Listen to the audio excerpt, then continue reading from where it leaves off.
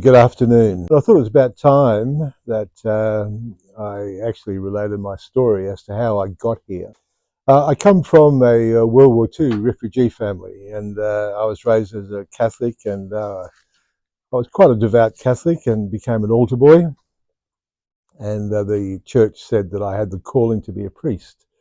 That all changed when I got sexually abused in the name of God by a priest. From there, I became an angry young man, and I joined the military and became an Australian Army officer, and spent time there, and came through that, and decided I didn't want to do that anymore.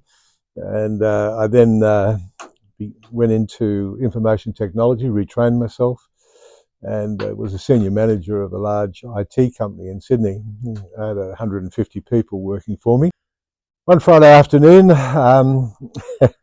I called the meeting and I went into a catatonic state. That morning it took me an hour to drive to work. It took me 8 hours to get home. And that became a 2-year journey of hell on earth. I couldn't function, and no matter what I tried and no matter who I spoke to, nobody could help me.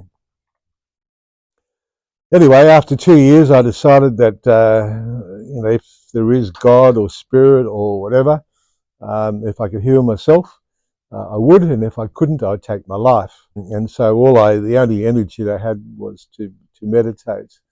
And I'd had an interest in theosophy and cosmology academically, and I read that when people have a near-death experience in the drowning, they get a video of their life in an instant.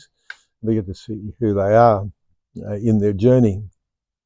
And this morning, in this process, I got that near-death experience, in that I was shown that I had become a self-absorbed alpha male, full of his own importance and not a very nice person, and that the journey of my life was to follow the path of my heart, whatever that meant at the time.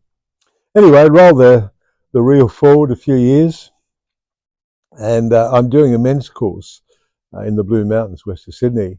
And the men's course was about the 4 male archetypes: the lover, the warrior, the magician, and the king. And it was the first time that I became aware of the magician. I thought, oh, what's this magician stuff? And they related the story about King Arthur and Merlin. And King Arthur would never take a major decision unless he consulted Merlin. And this sort of sparked my interest.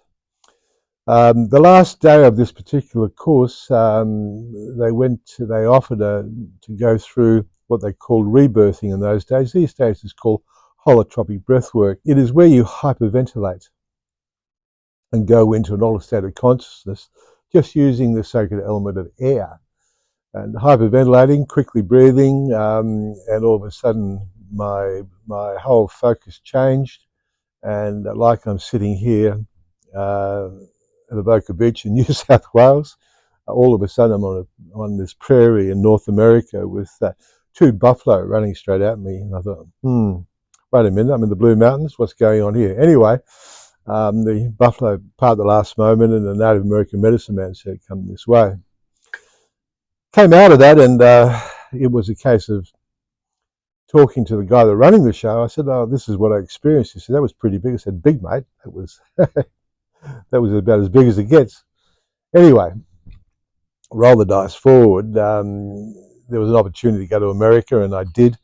And the next thing, I'm with my first teacher, Richard Runningdeer. You just don't go to America and say, I want to find a medicine man to train under. But I was fortunate to have this experience. And so I learned a lot under Richard Runningdeer.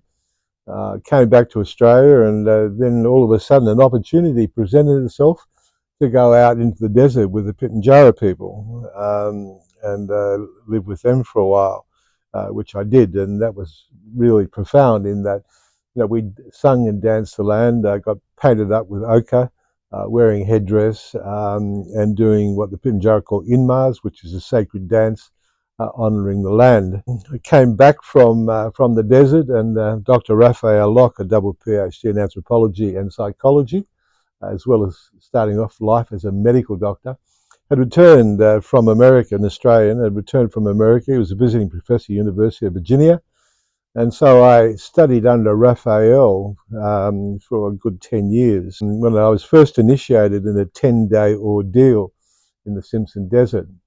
So by the time I became an initiated shaman, and it served under 3 masters under what really was about a 14, 15-year apprenticeship. And so when I come to walk this path now, I bring the teachings of my 3 teachers who are all past. I'm carrying their medicine, plus open to divine inspiration as to what comes from Spirit, and incorporate that into my teachings. So my journey has been what I would describe as a traditional shaman, and having gone through a long apprenticeship under several masters, having gone through initiation, which was 10 days in the Simpson Desert, and coming through that to be who I am. I thank you for the opportunity to share this story with you, and I look forward to our next YouTube. If you like this video, please hit the subscribe button. It will allow me to share my future journeys with you.